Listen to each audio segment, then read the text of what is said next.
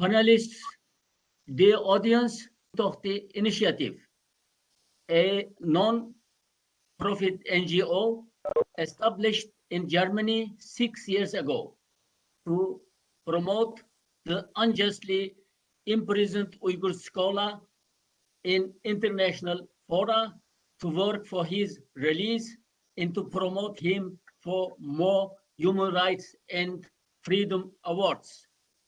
I will be moderating this discussion. We have invited distinguished guests such as Johar Ilham, daughter of Ilham Tohti, Professors Mary Holzman, Johannes Kuchler,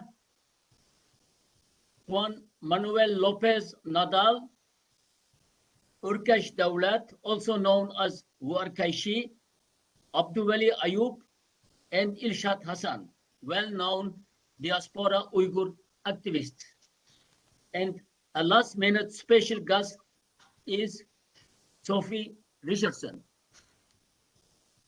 Our discussion might last some 90 minutes, and each of you might speak around 10 minutes.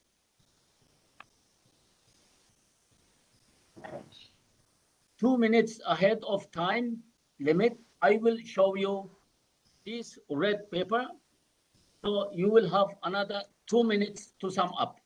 At the end, we might be able to have a 10-minute time to have an internet discussion among us. As we know, today is the 8th anniversary of Ilham Tohti's arrest, who 23rd of September, the same year, unjustly sentenced after a 2-day show trial by an intermediate court in Urumqi. So, the CCP planned to silence the Uyghur scholar behind the bars.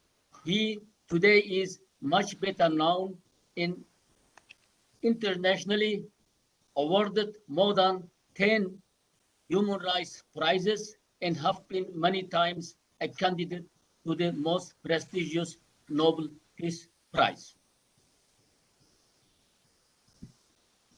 As Sophie Richardson has another appointment and leaves at 6:30 our time, European time, I would begin our today's discussion with her. Sophie is a well-known human rights activist. She is the director of the Chinese section of the Human Rights. Sophie, I would like to ask you the following question ahead of you begin. The first, does the Chinese leaders take seriously the Western human rights policy? And second, what the democracies, especially the US and the EU, should do to secure Ilham Tohti's early release? Yes, you have the floor, Sophie. Emrecan, first of all, it's so nice of you to have invited me to join you, and it's just so lovely to see so many friends and many of the people from whom I have learned a great deal about the Uyghur region, people, history, culture, politics, and human rights. Does the Chinese government recognize Western human rights policy? I would say no, largely because the Chinese government does not recognize its own human rights obligations, the ones that it has freely undertaken, both in domestic law and through international human rights instruments. It continues to reject the very basis of those ideas and to act in ways that are not in conformity. And one thing I hope we can talk a little bit about today is how to actually hold Chinese government officials accountable for atrocity crimes. But with respect particularly to securing Professor Tohti's release, I think especially our friends who are joining from Germany will well remember the example that the German government set with respect to Liu Xia, whose then late husband Liu Xiaobo had been arbitrarily detained and then tragically passed away in prison. The German government simply kept asking. They kept asking the Chinese authorities at very senior levels, publicly and privately, to release her. And they made it very clear that they weren't going to stop asking unless she was actually released. And it's worrying to us that governments have gotten out of the habit of doing this. It's the simplest thing in the world to do. And no senior official from a government that claims to care about human rights should have a discussion with Xi Jinping or any other senior officials without publicly asking for individuals' releases. It is that simple, and it can be effective. May I interrupt you briefly? I can recall at least I wrote twice to former Chancellor Angela Merkel, once before Liu Xia was released, and once after she was released, citing that second time that, like Liu Xia, please bring Ilham Tohti to Germany. There was an answer that they were generally taking the issue seriously, and Ilham Tohti is always at the top of the agenda. That was the answer. And now, after the new coalition government, which seems to me more sensitive to the human rights issue, next week or the next week over, I will write again to our new Chancellor and the Foreign Minister, which is from the Green Party, very sensitive to human rights issue. So let's hope that we'll get a positive result. Sophie, are you going to talk more, or you are at the end? I can share a few thoughts, Enver, and I would like very much to agree. We are optimistic that the new German government and the coalition, particularly the foreign minister, seem very concerned about human rights issues, and I think it will be important for them to hear from people who are now German citizens to ask for advocacy. But I just thought I would share a few other thoughts, if that's all right with you. Please. Partly because I have learned from Johar to read more, and particularly read more of what Professor Tohti has written. I looked back yesterday at one of the essays that made the authorities angry.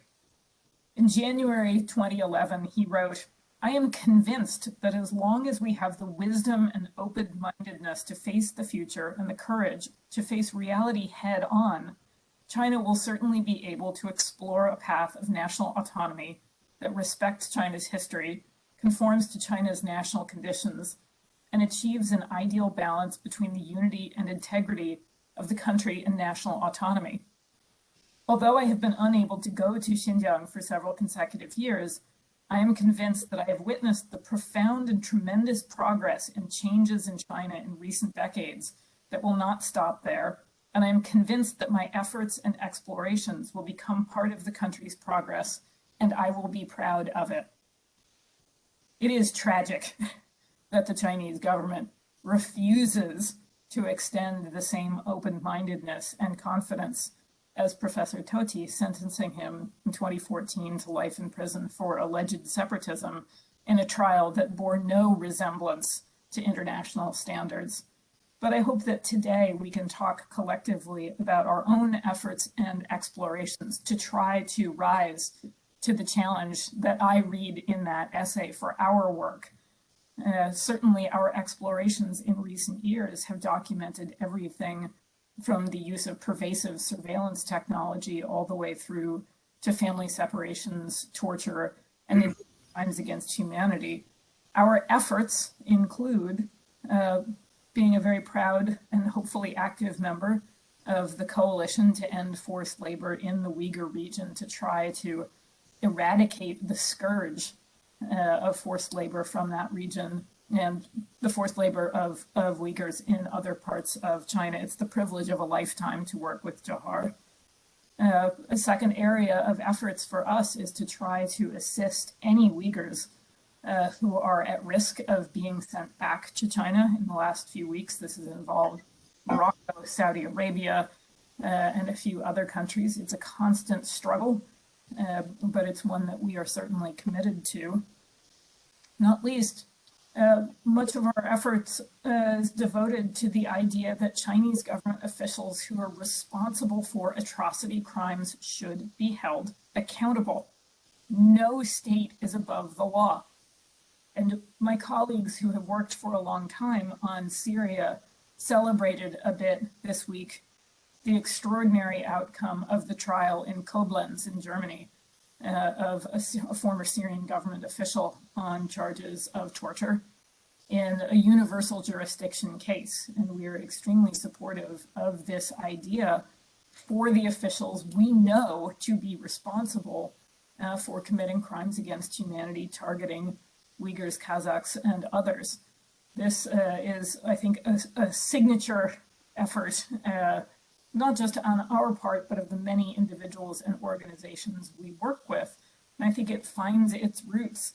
Professor Holtzman Kaishi, thinking all the way back to the era of 1989 in Tiananmen and the officials who should have been held accountable for those crimes. And had they been, if we would be in a very different place today.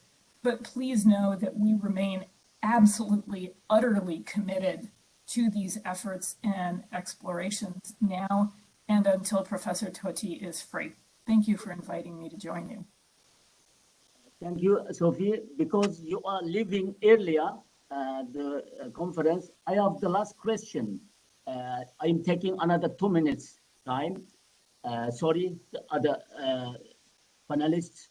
My question, Sophie, you would agree with me that we need a grand coalition of democracies, especially on the human rights field, to have an impact on China.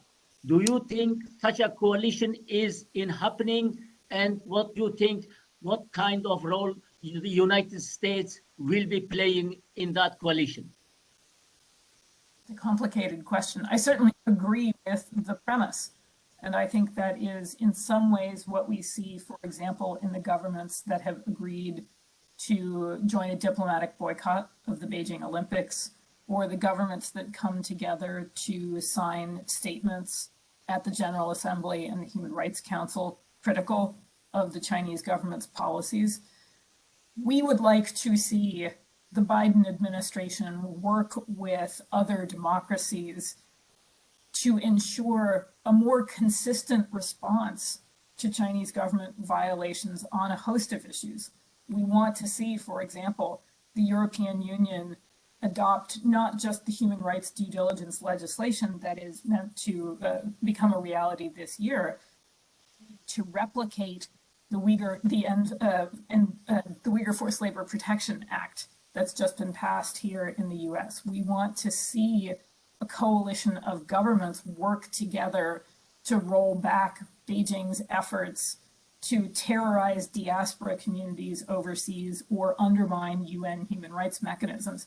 It will only be through that kind of collaboration that lasts beyond any one US administration or any German government or any one EU foreign minister that I think will provide the necessary collective will and political power to really challenge Beijing.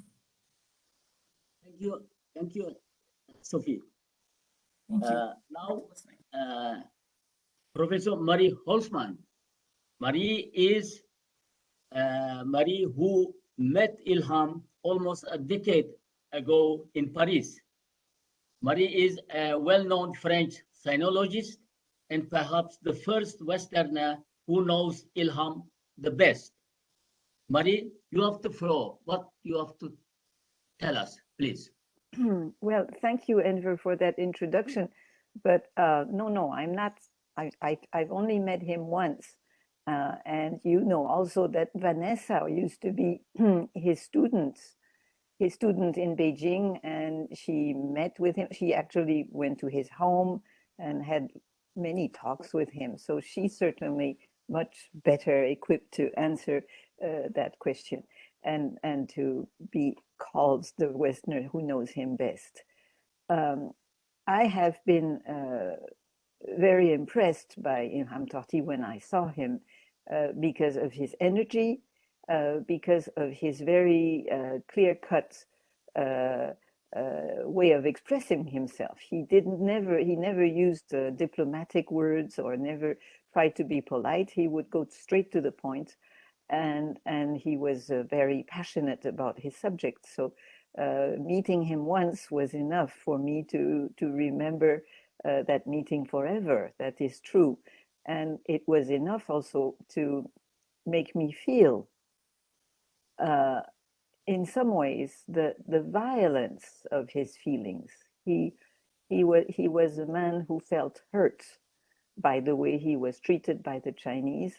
He suffered for the destiny of his um, all his family, friends, Uyghur compatriots, etc. And in that way, he reminded me a little bit of the Dalai Lama. You know, he was sort of taking on that weight and that cause and never saying anything aggressive against the Chinese. I'm very happy that Sophie just read this part of one of his articles because he was trying, you know, to express the idea of autonomy, and autonomy, it's part of what the Chinese say, you know, autonomous region of Xinjiang, it means autonomy. And so he was just trying to put them in front of their own words and their own promises.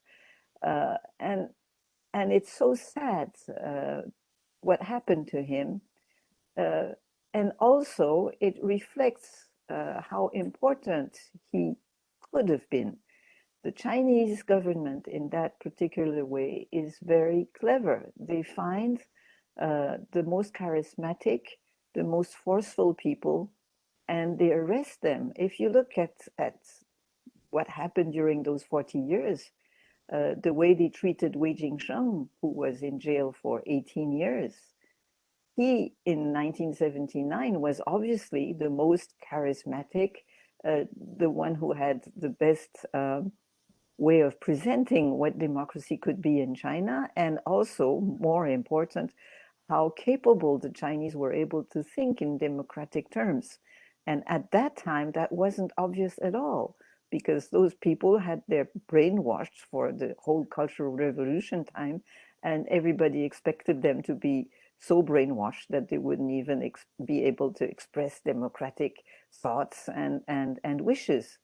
10 years later, the repression of the 1989 demonstrations was even more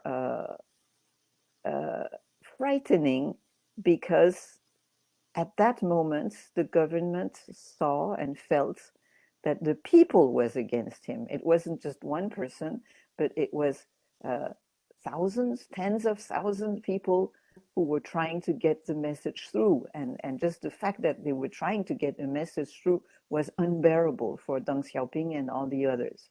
And then 10 years later, it was Liu Xiaobo. Liu Xiaobo had this particular uh, um, made this particular mistake in the eyes of the Chinese government to say, I will never forget the souls of all those who died in 1989. I will always work for them. I will always remember them, and I will always fight for their rights in a way. Their rights was that we should know their names, that they should be not rehabilitated because that word doesn't sound good, but that people should know what they had done, what they meant for Chinese history, and also what they meant for the future of China, the future of a democratic China, because they were the ones who were calling for that. So he got not only arrested, sentenced, but he was slowly accompanied to his death, which is even more tragic. So I think at this moment, we are in the darkest hours of China, because China now has completely or almost completely destroyed Hong Kong. I think all of us who care for the people of China, whether in Hong Kong, in Taiwan, or in mainland China, feel extremely depressed. Of course, as Sophie said, we should repeat and repeat and repeat that we want Ilham Tohti's liberation, that we want him out of jail, etc. But the Chinese government has become completely deaf to our requests. During Jiang Zemin time, Wei Jingsheng got expelled from China. During Xi Jinping time, nobody got released.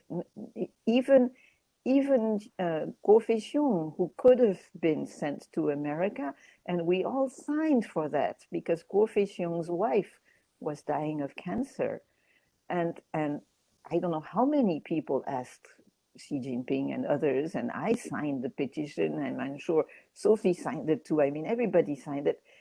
And even that, to let a man who is theoretically free meet with his wife for her last hours, her last days, even that was refused. So now I don't see any positive evolution of the situation as long as Xi Jinping carries on in his crazy ways. It was absolutely crazy to crush Hong Kong the way he did it. And it was almost like a child who wanted to destroy his favorite toy because it hadn't given him all the pleasure he needed and wanted. So now I think he went so far that the whole world has become conscious of the true identity of the regime in China. And that is what can bring us some hope, because I think the European parliamentaries are doing a very good job. They're better than the Europeans in their various countries, and they're pushing hard for that. And I have great hope in the very near evolution of the European Parliament on that respect. Thank you. Thank you, Marie. Let's hope that all these efforts will have an impact on Chinese regime or the next regime after Xi Jinping. Now we have a special guest. He is Professor Juan Manuel Lopez Nadal, who is a retired Spanish diplomat. A former ambassador, Manuel is specialist in Asian geopolitics, is member of the Amnesty International and lives in Mallorca, Spain. He will enlighten us about the geopolitical and strategic reasons of the Chinese suppression of the Uyghur people, including the plight of Ilham Tohti. Yes, dear Manuel, we are anxious to hear you. Thank you. You are the floor. You have the floor. Thank you, dear Enver. Thank you for inviting me to this gathering.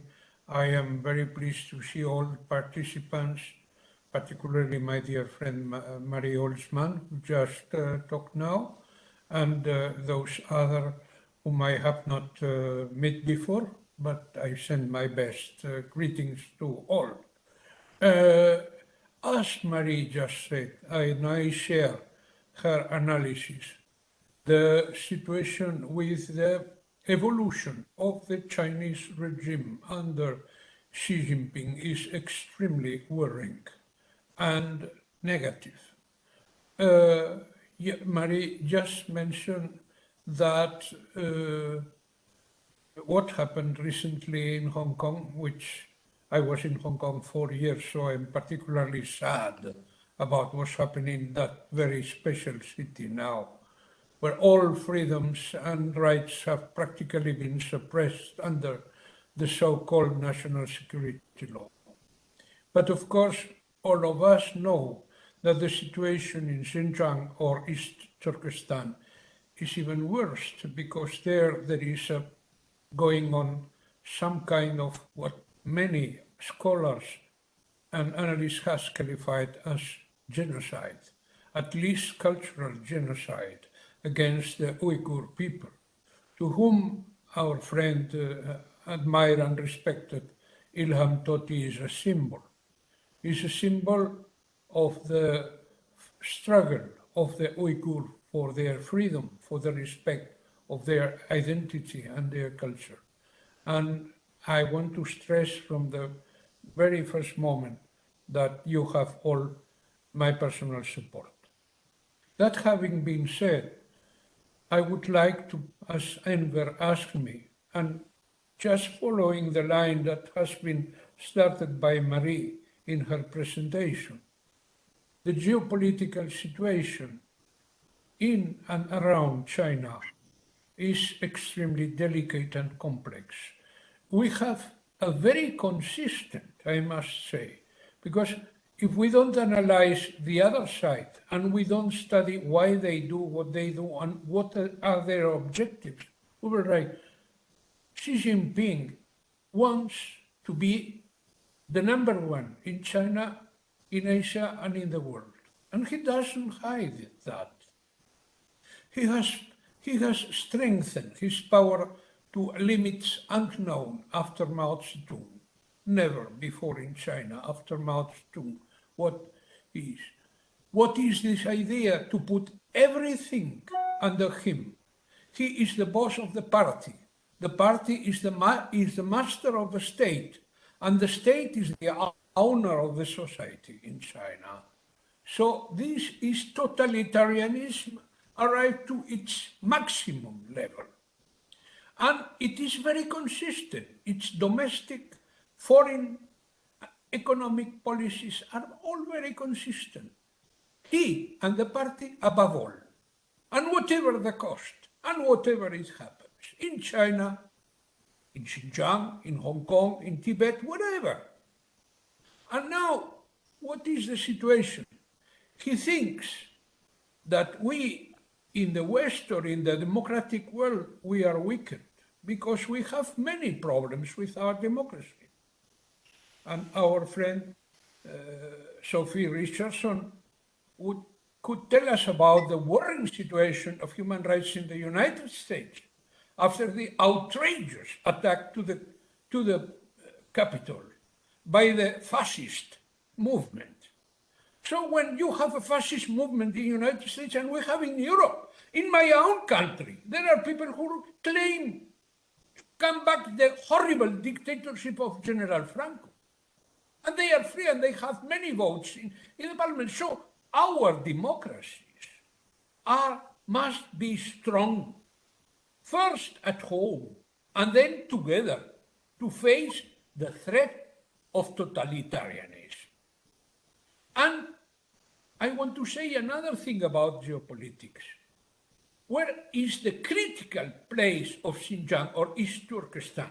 Because it's the way out of China towards the One Belt, One Road project. So everything comes through Xinjiang. There is no possibility for this. The situation in Xinjiang and the securization of Xinjiang is priority for Xi Jinping and for China, for Beijing regime. No wonder they have the internment camps. No wonder there are more than 1 million Uyghur in internment camps. No worry that the children are separate of their parents, that the women are raped systematically, that the culture, the language, and the religion of the people is prosecuted. Because it's critical geopolitically for this Chinese regime that wants to export its model to Asia and then to the world. And this is the worst danger of our times. 100 years ago, we were forgiving the danger that Hitler and the National Socialists made in Europe. Then we had the Second World War and the tragedy then followed. If we are not aware of the danger of totalitarianism now, our situation in the 20th century will be very dangerous for all us in the world. But let me point one thing, and another thing why Xinjiang or East Turkestan is critical. See the situation now in Central Asia. See what happened in Afghanistan when the Taliban have taken the power again, when Islamic radical terrorism is a critical danger, when the rights of women and children and men are under danger. And what happened now in Kazakhstan a few days ago? We don't know what happened there. How many people were killed? How many people were arrested? Is this a struggle for power between the old Nazarbayev mafia, or is something behind? Well, Afghanistan, Kazakhstan, on the other side, Ukraine, the former Soviet Union. What is Mr. Putin doing? What is Mr. Xi Jinping doing? They are playing with fire. And they are bringing the world to a very dangerous situation. But if the West or the democratic countries will be first clean up and strengthen our democracies, then work together, Americans, Europeans, and Asians. Now there is a promising alliance in Asia with the Quad, with India, Japan, Australia. All these alliances with Southeast Asia, they must be promoted and enhanced because China is a danger for Eurasia. So, try first all to work well at home. Make sure that we are able to protect our democracies at home, because then, not very late, we will have to protect from the outside challenges of totalitarianism. And our friends, the Uyghur people, know that very well because they are suffering more than anybody else. So all my support and all my sympathy for the Uyghur people and for the symbol that means Professor Ilham Tohti. Thank you very much. Thank you, dear Manuel. Now is Urkash Daulat Warkaishi, the Uyghur leader of the Tiananmen movement. He is also my close friend and my first Uyghur hero from 30 years ago. When I heard of him, his name, and Uyghur is leading the Tiananmen movement, I was, without knowing him, proud of him and proud of Uyghur again. Please, Urkesh, what you have to inform us? Thank you. You have the floor. Thank you, Anwerka. Thank you for your kind words. It's a sad time in the world these days, I would say. And then I think it's also this day, the anniversary of Professor Ilham Tohti's imprisonment, is a reminder of that what kind of a world we are living in today. We live in a world, a government openly oppress peaceful and rational challenges. Well, Professor Ilham Tohti was one of the most reasonable sound that is challenging the Chinese regime. So if anybody have any illusion to think that the Chinese government is an entity that can be dealt with a rational approach, Professor Ilham Tohti's imprisonment until still today is a clear remark that is illusional. I'm in Washington, D.C. these days, and then I have been talking to different organizations, different political activists, senior leaders, policymakers, And then they have been using the word, geopolitics. I just heard it from Ambassador Manuel, and then he was mentioning this, that the Chinese government's, from the Chinese government's viewpoint of the geopolitics. But when I hear the word geopolitics in Washington, D.C. from policymakers in of the United States regime governments, and then I stop them and I say it's a dirty word in my mind. Geopolitics, and then also when come to Taiwan, they like to use the word like strategic ambiguity, and then I also stopped them and say that's a dirty word in my mind too. On my book, that what is the ambiguity there? There is a right and there's wrong. There shouldn't be anything ambiguous about it. There will be when they hear that, they were like, oh, okay, this is a dissident talking. Of course, he wants us to oppress China. But well, this dissident happened to know a little about the true character of the Chinese Communist Party. And then that true character led us to come to the conclusion that the world has been dealing with China in a very, very wrong way. When I sit down with think tanks in Washington, D.C. with our American friends, and they were like, it's China issue is very complicated. And then I smiled, and then one of the gentlemen there asked, you smile, so you don't think the China situation is very complicated? I said, no, I don't. And then if there are a certain level of complicity here, because it's such a huge country, United States and China both are, United States, have all the chance to simplify the situation, yet you manage to get yourself into this mud hole where you are now, and then you think it is complicated. And even today, that you contributed to, United States, contributed to the fact that the Chinese regime become one of the largest threat to the civilization we're living in. Even today, you are still thinking that that the situation is very difficult.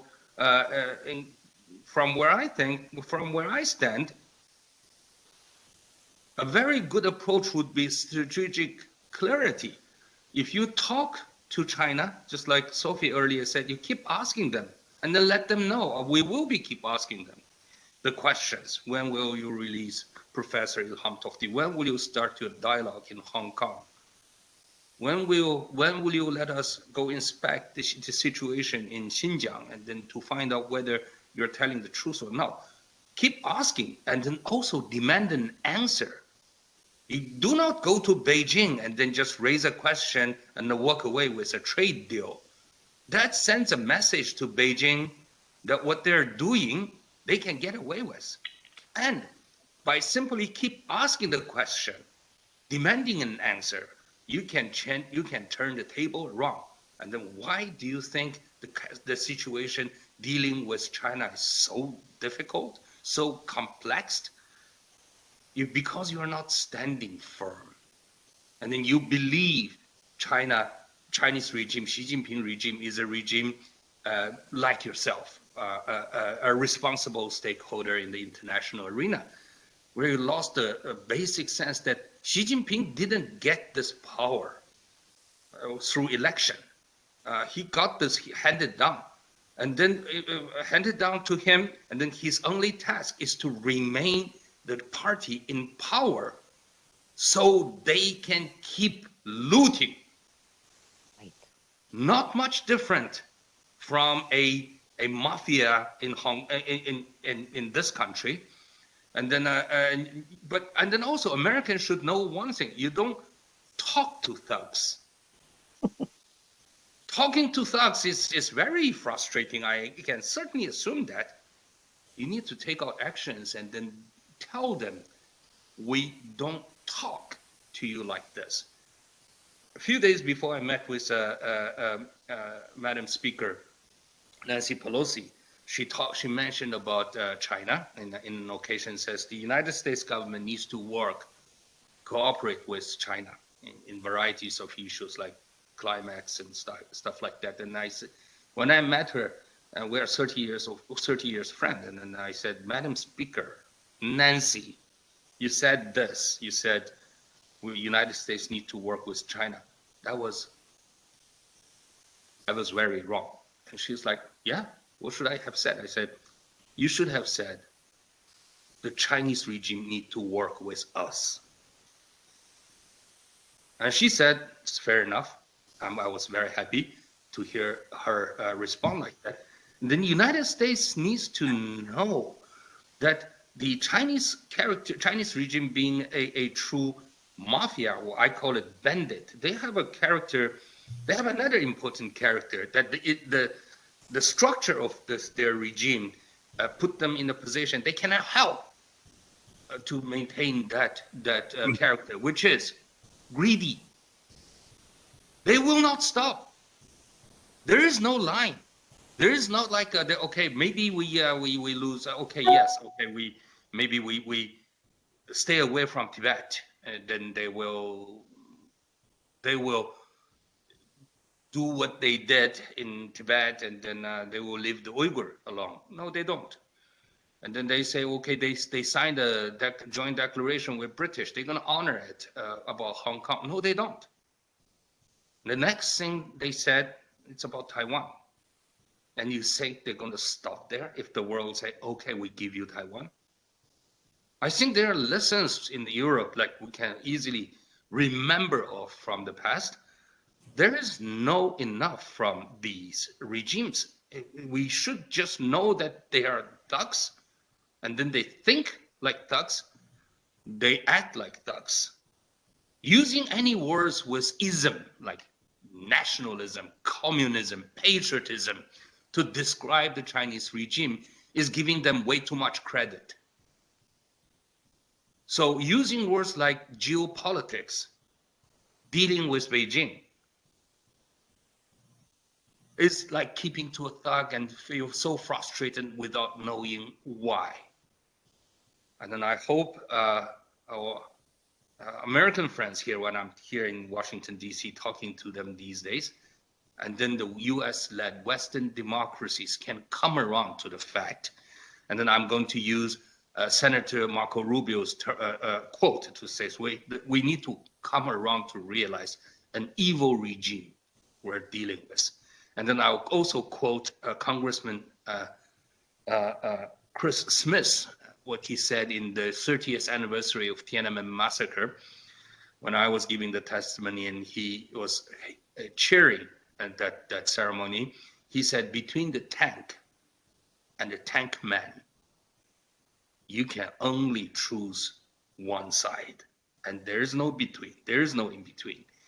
Earlier the world realized the huge price they have to pay to come around compared to the price they are going to pay if they do not come around.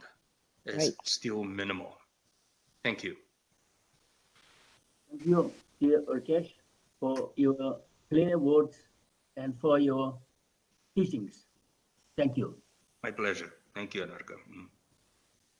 Now we have Ilshad Hassan. He is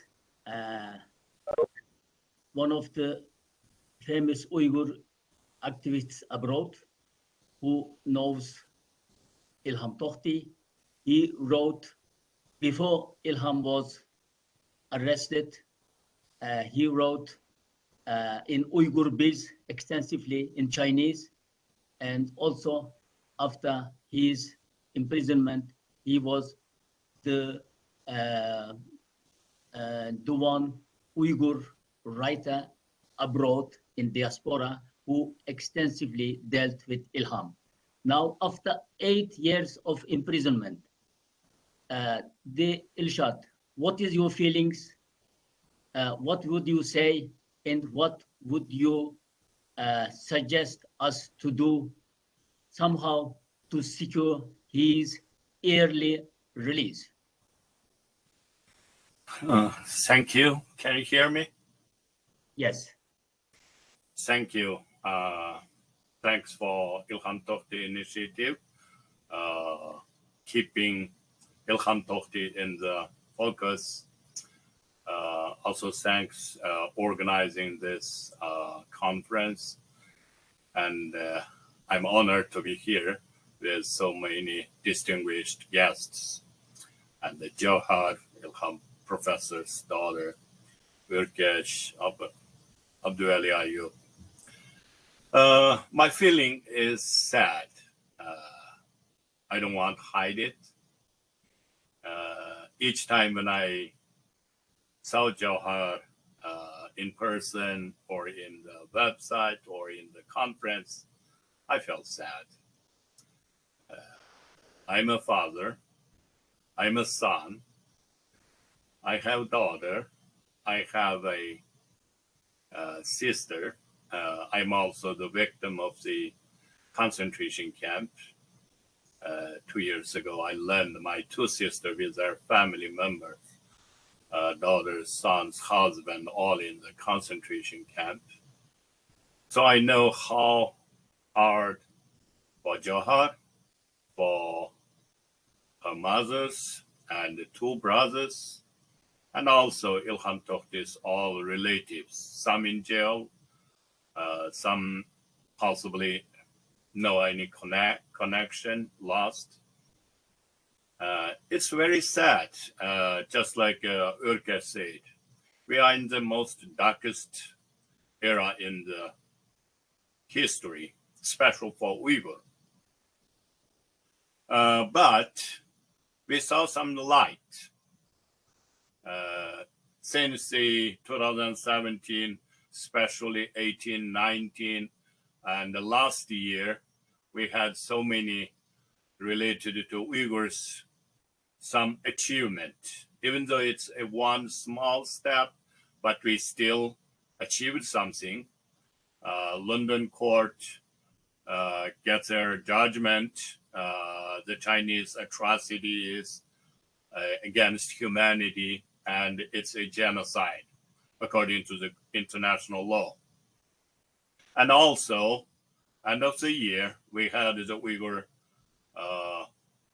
Forced Labor Prevention Act passed, and it's already signed by the president. So just needed to be implemented, and this all combined together had some impact. If we look back last week, how the Chinese government getting mad, almost like some thugs on the street. They're using all the words, decent, indecent, to accuse Uyghurs, World Uyghur Congress, America, Western country, all. Which means China is getting some lesson. And they are economically start to suffer. And before the Olympic, Winter Olympic, it has less months time. We still can have more pressure.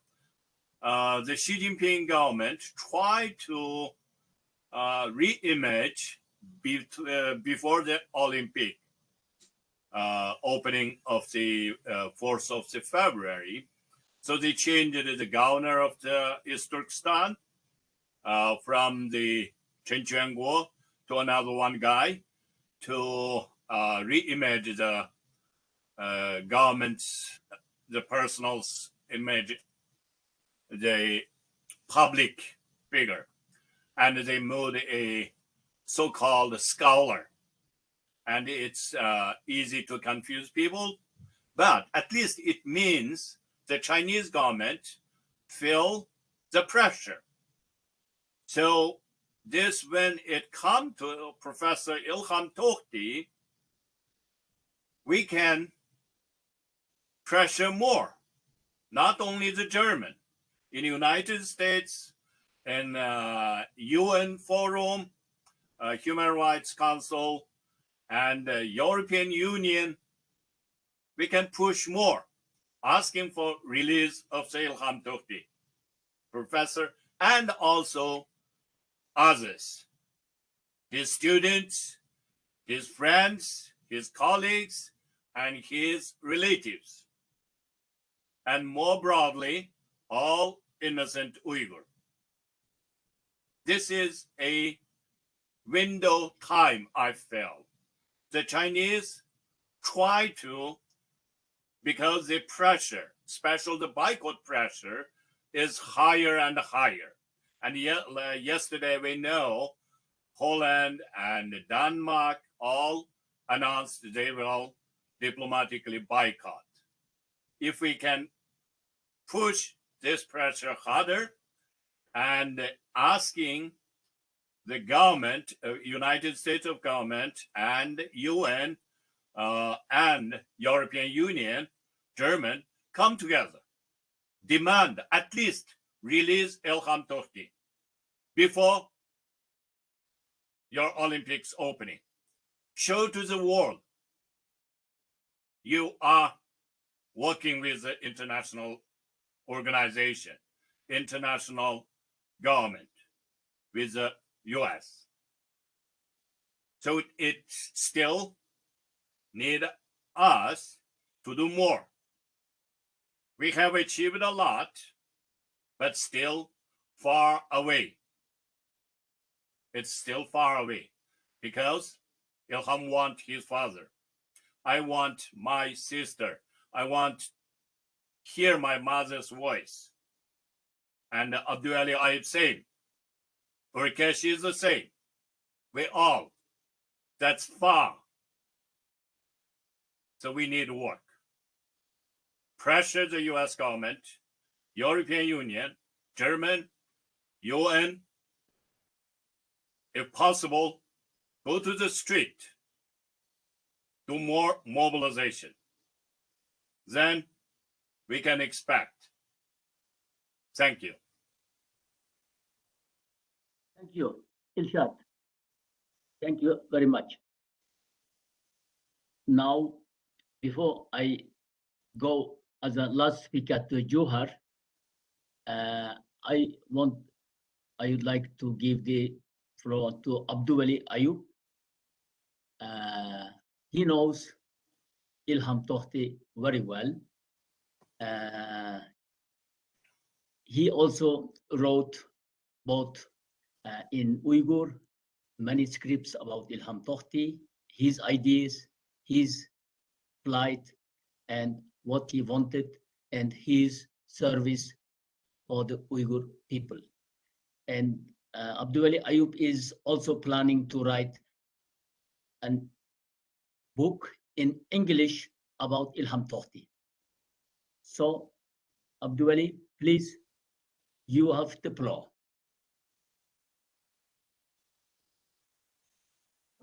Thank you, Anmarka. Thank you, all my friends and professors and my Salam.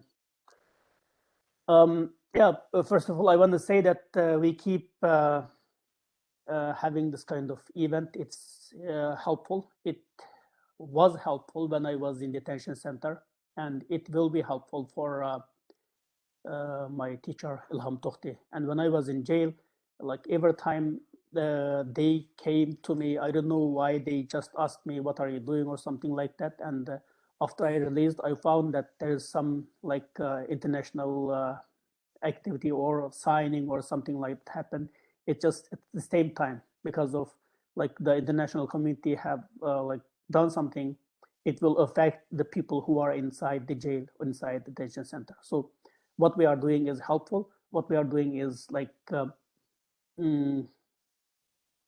influence Chinese government's behavior. So it's important. Last time we have a webinar like this, Ms. Holzman asked me about Ilham Tohti's students. At the time, I didn't answer that question very well because we didn't have any evidence to talk. And at this time, we had an evidence. Just Ilham Tohti's for one student, he got arrested in 2009. His name is Mehmetcan Abdullah. He sentenced life imprisonment, and we didn't have any news about him. But his another two students, like Mutallib Iman and Atkem Rozi. They are in Urumqi right now, and like Mutallab Iman is #1 jail, and Atkem Rozi is female like women's jail in Urumqi. It's #6, and depending on the verdict, Atkem Rozi should be released in 2018. But depending on the document, she's still in the jail. So the Ilham Tohti students, like some of them haven't finished their verdict, but some of them already, like Atkem Tohti, already the verdict is overdated, but she's still in the jail, like Mutallab Imin. So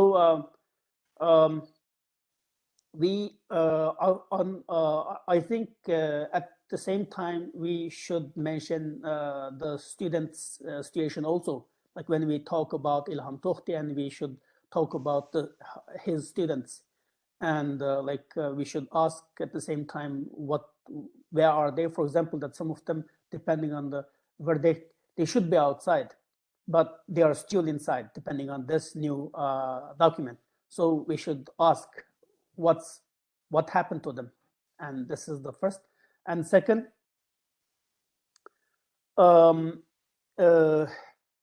we like something. It's not like we should demand. Yes, it's good. Like we should, but something we can ask that we want Chinese government to show them. For example, that we want to see Ilham Tohti before Olympic. Like we want to see we want to see him just once. This is our request. Like releasing him, yes, of course, we keep demanding, and we will demand, but we want Chinese government to show Ilham Tohti. Like, yes, maybe Chinese government will not show Ilham Tohti to the world, but we want the Chinese government to meet, to let the family members in Beijing to meet him, and let Güzel Nur, Ilham Tohti's wife, and his 2 sons to see him in the prison, or see him on the screen, or see him alive. Thank you. Yes, thank you, Abdul. You mentioned about our demand to see him once. Many times in our press releases, we have been asking for an official information to be released about both physical and mental health of Ilham Tohti, and about his whereabouts.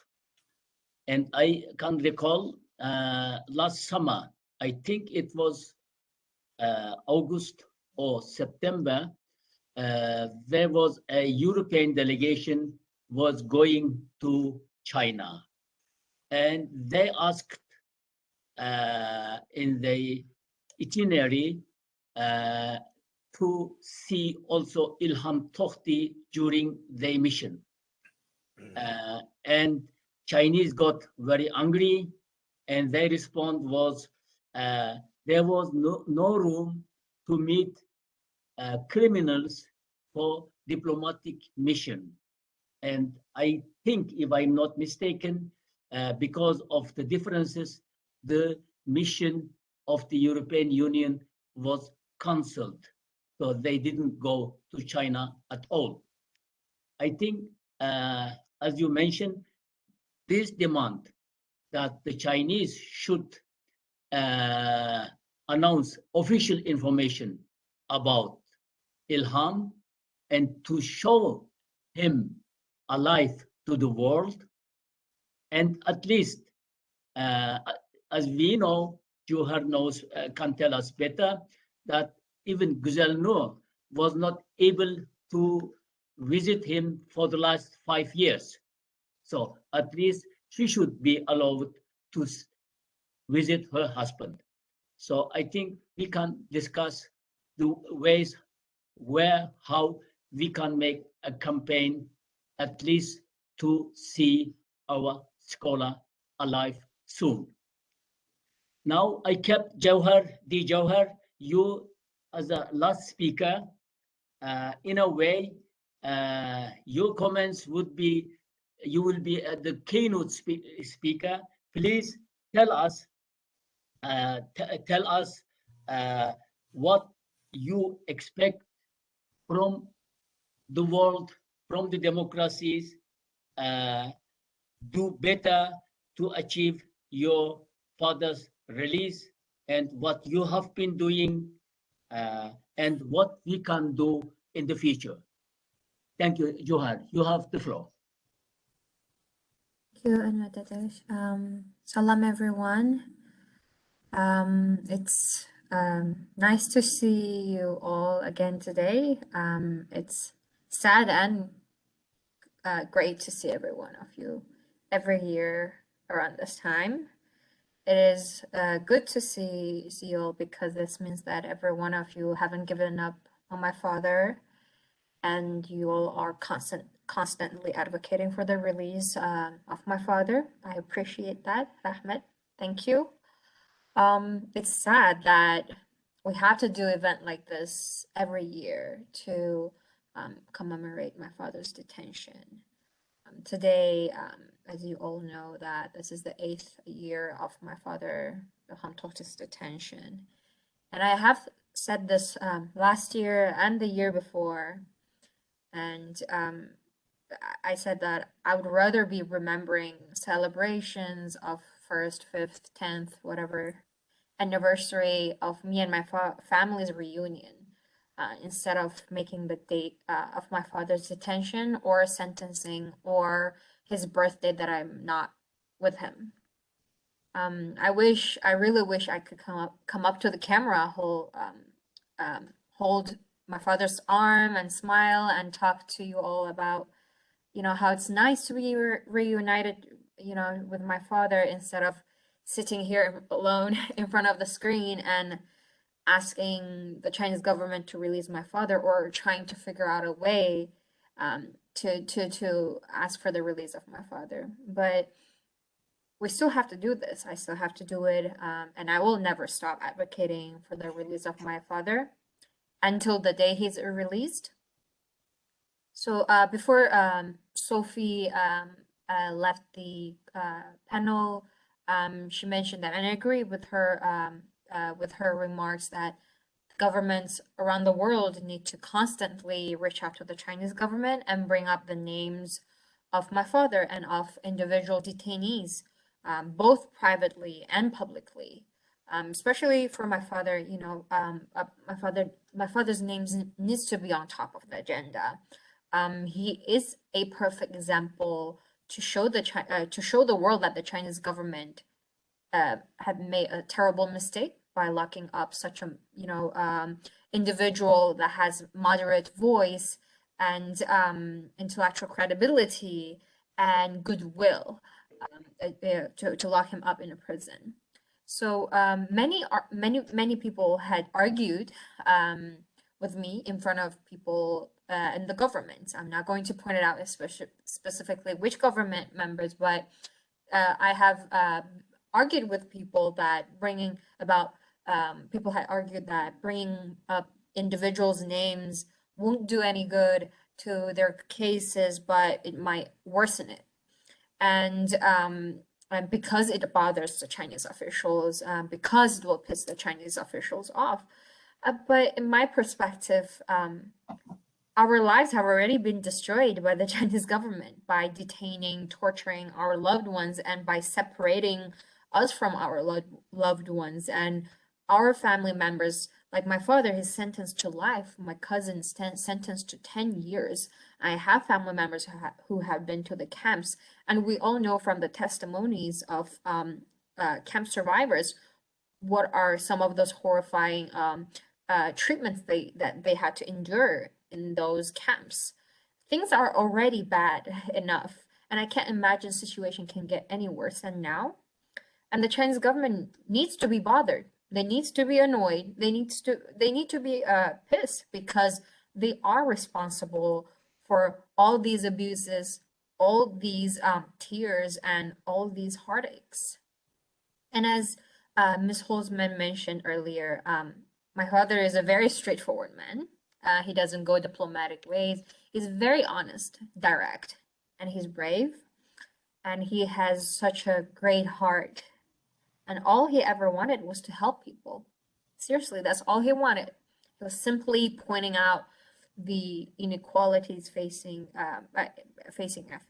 all the ethnic groups in my hometown, in my homeland, and he was advocating for inter-ethnic dialogue.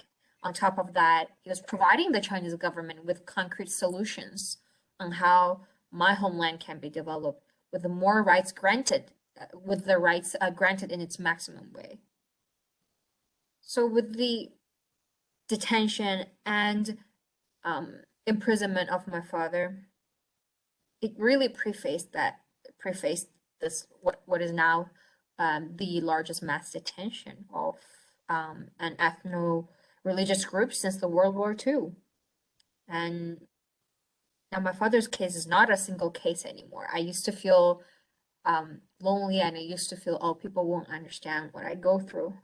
Now so many families, so many daughters and sons are going through what I went through. This is exactly one of my father's worst nightmares. He tried so hard, and even he sacrificed his freedom. He knew his freedom was going to be taken by doing what he was doing. He knew it, but he continued. He knew he was going to be locked up in prison, and he even predicted that he even thought that he might get a death sentence, but he continued marching forward. And he tried so hard to, sacrifice his freedom to prevent such things to happen. But it's happening now. And ironically, the Beijing Olympics is to be held in Beijing in just less than 3 weeks. And the Chinese government should, as Abdullah Akka mentioned, that they should allow family visits especially without retaliating my family. My family should not be worrying about facing retaliation for visiting my father. And more importantly, the Chinese government should release my father, Ilham Tohti. As also yesterday, the U.S. Congressional Executive Commission on China had released a statement. They had stated that releasing my father prior to the Olympics, this would be a gesture of goodwill in the spirit of this upcoming Olympics, if this spirit even exists anymore, with the IOC's refusal in cooperating with civil organizations like to work on preventing Uyghurs from keep being abused.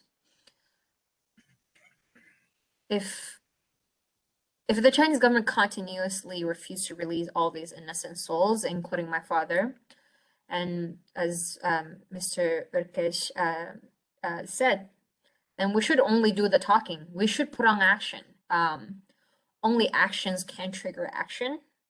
Whether we're talking about diplomatic boycotts or economic sanctions or enforcing measures, enforcing legislations, governments around the world should do everything they can to stop such abuses from keep happening, because governments, they have the responsibilities to stop genocide. It is written in a UN international law, and we said in the past that never again, yet history is really repeating itself. And today I want to end my remark by asking the world this question: do you want to be an accomplice of crimes against humanity again? And do you want to be complicit in genocide again? That's a question that I want to ask the world, ask governments around the world, and I want people to take a moment to think about their answers for that. Thank you. Dear Johar, you said to me also that, and I'll say to you, my daughter, thank you, my daughter. Juhar. I am fully with you. I share your mind, what you said. Really, it is a big question whether the democracies will be part of the genocide games and part of the genocide against the Uyghur and other Turkic peoples, which uh, is a genocide in the 21st century. Thank you. There is a small announcement at the end. Perhaps you know from the poster, I had invited Professor Johannes Kuchler from the China Center of the TU University Berlin. He has apologized to do a health situation in the family due to a health situation in the family. But he sent us some of his questions regarding Ilham Tohti's academic work, which I have forwarded to some of you, hoping we might be able to find answers to a few of them during our discussions. Now, we finish our discussions and have another 10 to 15 minutes time for a discussion among us, questions among us, and any recommendations and any ideas about our common work for the release of Ilham Tohti. Anyone, please feel free to make suggestions and talk about. Thank you. Well, Enver, may I say something? Please. Yeah. Enver has been very busy trying to nominate Ilham Tohti again for the Nobel Peace Prize. I'm happy to be talking in front of Warkaishi because I know that some people are pushing for the Nobel Peace Prize for Jimmy Lai, Lee Warren, and Mrs. Zhou. And of course, my heart goes to them too, and they also need our support. But I want to remind all of you that even if only 5 or 6 people nominate Ilham Tohti or 20, he is nominated. And once that's done on February 1st, we can all say Ilham Tohti has been again nominated for the Nobel Peace Prize. And it's very important because this really irritates the Chinese government. And while we nominate him, we have to say, shame on you. You let one Nobel Peace Prize die in prison. You cannot do that again. That was such an awful thing you did. You cannot do it twice. I know this is awful to say that, but we're in front of a terrible situation. And people have been saying we want to do things before the Olympic Games, but we know how cynical the Chinese government is. Before the 1993 choice for the 2000 Olympic Games in Beijing, which didn't happen, they released Wei Jingsheng 14 and a half years after his sentence. And they said, look, we've become very open. We have released Wei Jingsheng, so you can give us the Olympic Games for the year 2000. But that was so gross. I mean, such a stupid move. The Olympic Game Committee said, well, we're not going to take that. And what did they do? Well, they arrested Wei Jingsheng again and sentenced him to 14 years. This shows how cynical they have been all the time.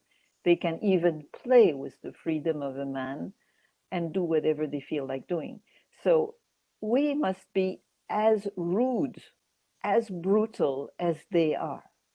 So I strongly support a nomination of Jimmy Lai and all of them, but I will push for the nomination of Ilham Tohti. And I hope all of you can find at least one person to nominate him. You can look at on the website, only a certain kind of people can do it. You have to do it on Nobel Peace Prize website. And We can send you all the information if you want. Ask Enver Sign. We're used to that now. But it must be done, absolutely. Thank you. Thank you. Before someone else takes the microphone, I would add to Marie and agree with her completely. Marie and me, we have been pushing on this issue at least for the last 4 years, consequent years. And every year we found someone, either from Europe or somewhere else, who nominated Ilham Tohti for the Nobel Peace Prize. And in 2022, there will be also people, at least from Turkey and at least from a couple of EU countries, who will be nominating Ilham Tohti. And of course, it is better if we have nominations from dozens of people around the world. But if only one people, someone, only a single one nominates, it is a nomination. And I remember from 2020, there were over 340 candidates, and Ilham was one of the 5 finalists. So it means that for the Nobel Peace Prize, every year, over 300 people are nominated.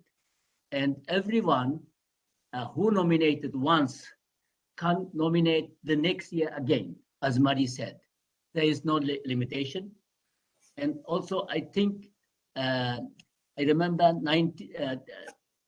2019, Senator Rubio and his colleagues nominated.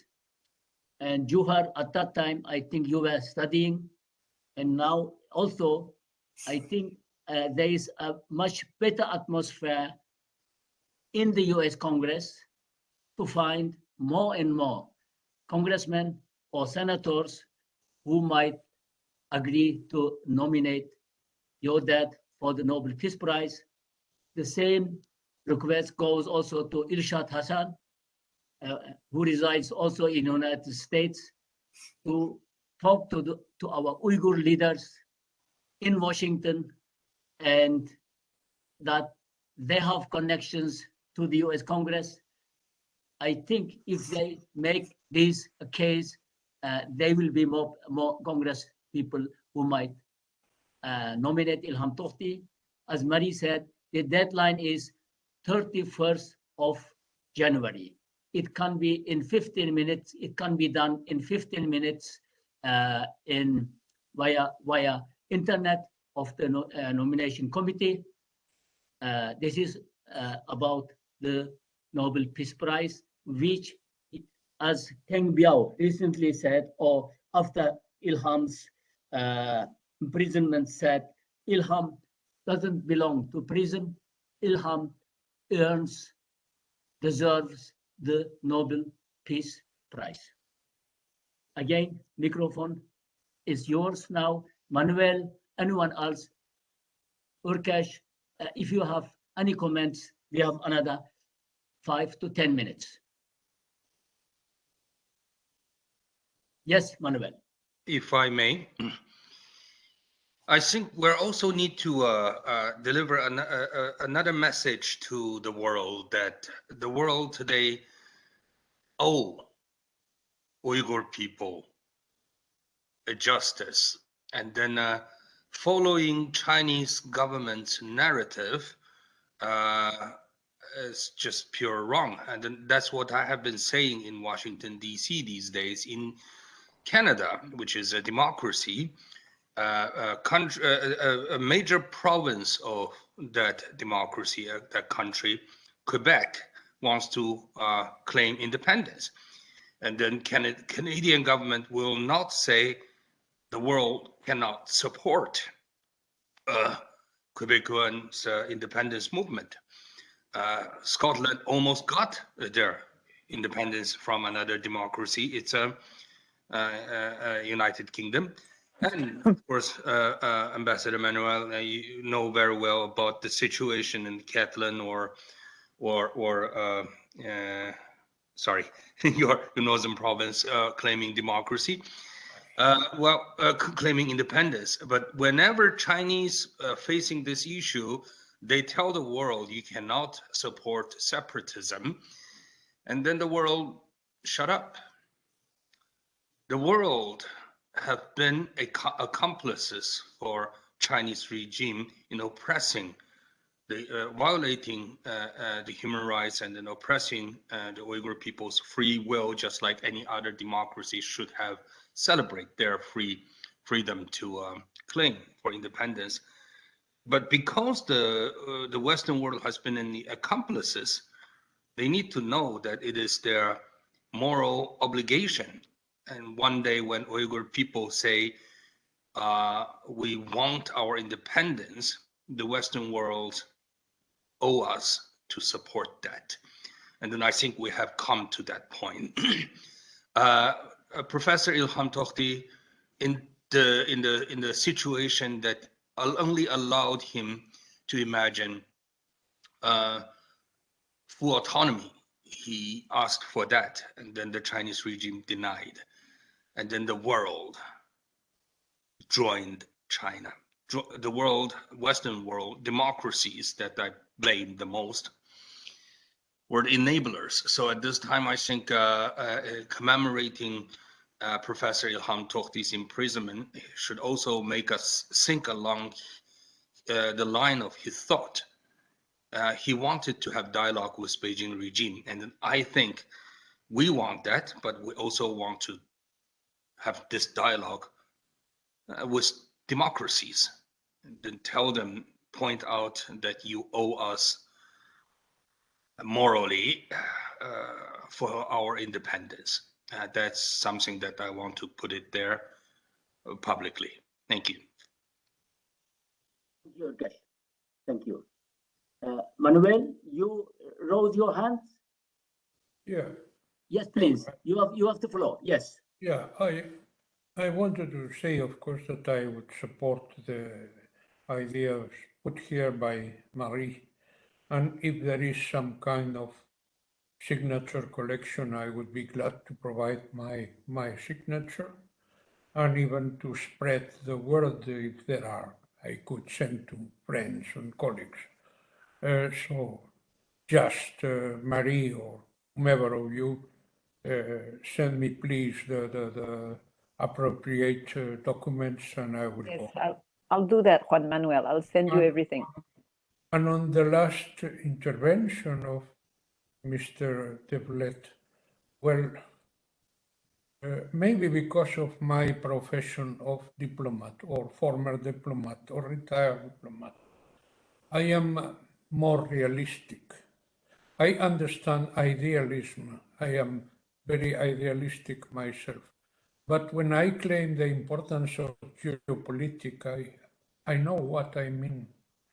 When you play a game and you have a very strong and powerful adversary, you have to play with an efficient set of tools. If you don't play with an efficient set of tools and just say beautiful words about self-determination and all that, that sounds very nice. But in practical terms, it's not the best way to go away, in my humble opinion. I know we have a long way to go for solving or this problem and many more that there are in China and in the world. Many, many more problems related to human rights, related to basic freedoms that exist. Of course, of the Uyghur people, certainly, of course. But the idea that saying that the world will happily support independence, I'm not so optimistic. I know even in my country, this question is very debatable. So I would be more cautious on these terms. And I will give you an example there is a very strong network of what they call influence operations made by China all over the world. The Chinese regime has bought journalists, politicians, businessmen in many countries that work for them. In my country, I know some of them too. They spread the propaganda of the Communist Party of China very happily. In France too, and Marie knows them too, and in many other countries.